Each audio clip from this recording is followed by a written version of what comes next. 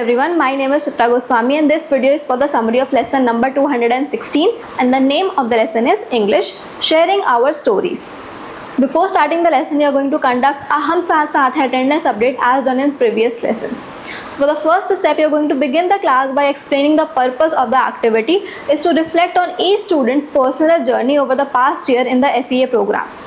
For the second step, you are going to divide the class into groups of manageable size, ensuring each group has an equal mix of students. You will explain that each student will have a set amount of time to share their journey with the group, and you will assign a speaker order or let students volunteer to go first. The timekeeper in each group will start the timer and allow the first student to share, and you will encourage them to speak openly and honestly about their experiences. And after each student speaks, allow a brief moment for the group to provide positive feedback or ask questions. And you will repeat this process until every student has had a chance to share.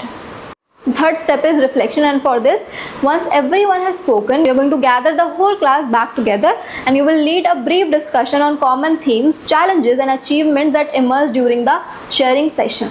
And you will encourage students to offer words of encouragement and support to each other. The next part of the lesson is avoiding job scams, and the objectives of this lesson are that students identify the dangers of job scams and strategies for avoiding them. And students discuss how to balance a smart, careful mindset with an open mind while searching for jobs. So for the first step, you are going to read the case study given in the FRB to the class, and you will explain that it is based on a student's real experience. After the case study, you are going to conduct a TPS activity, and the questions for the TPS are: what do you think happened? The second question is, if you are struggling financially and you lose money to a scam, you are worse off than before. And how do you decide whether it is worth the risk to pay money to get a job and start earning? And you will read the case study part 2, which is the student's money was never refunded. When he tried to track down the company, it seemed to have disappeared without a trace. For the second step, you are going to make groups of 4 or 6 students and give students 10 minutes to share any experiences they have had or they have heard about involving job scams. And then you will ask what happened and what could be learned from it to avoid similar scams in the future. And you will call on groups to share their main points.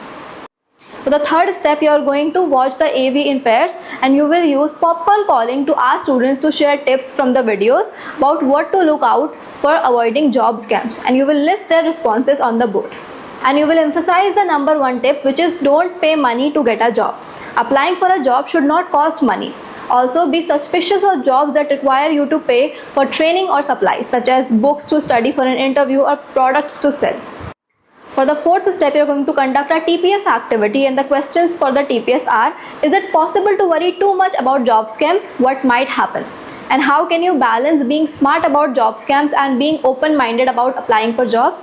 And how can you handle if you fail for a job scam and lose money? You will accept all answers, and you will encourage students to think about a job scam as a learning experience that should not stop them from going towards their career goals.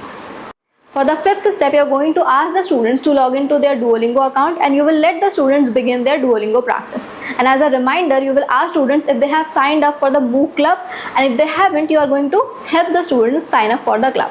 And lastly, you are going to acknowledge the students for what they did well during the session, and you will conduct the pledge. Thank you so much.